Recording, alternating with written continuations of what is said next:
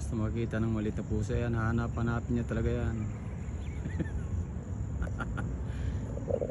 Kahit yan naman, natawag niya naman yung pusa.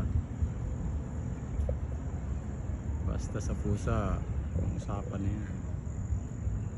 May mga pusa kasi dito, kasi minsan yung mga turista, mga bisita dito, may mga pagkain, kasi yung mga tira ng pagkain, pinapakain na sa pusa. Kaya may pusa dito. May pusa kasi dito kanyang bagong panganak pa lang. Yan, naharap naman yung Samsam.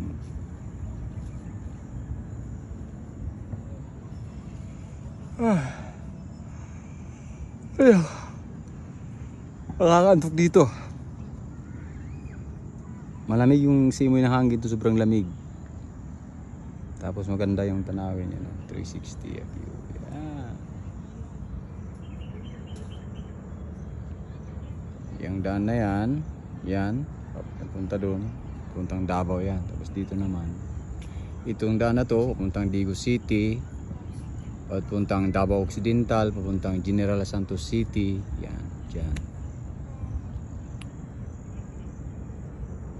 Tagusan na yan, pwede ka dumaan din dito papuntang Cotabato, North Cotabato, South Cotabato, Sultan Kudarat, pwede dyan dumaan papuntang Bukidnon, yan lugar na yan. Dito rin pwede mo dumaan papuntang Bukidnon, ikot lang yan. Dito mo hindi? Hindi. Wala. Kahit puti sila, hindi po sila makikita.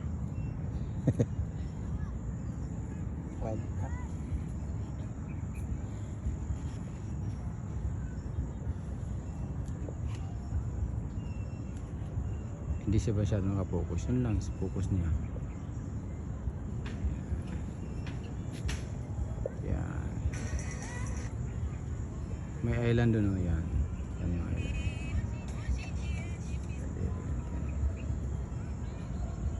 Yan island. Yan island na yan. Kung may oras kami, punta kami dyan. Kaya lang hindi ko alam kung bukas. Sigurado sasakay ng bangka. Dati may tulay dyan eh. Pero hindi ko lang alam ngayon, baka sasakay ng bangka papunta dyan. Tara na, puntahan natin.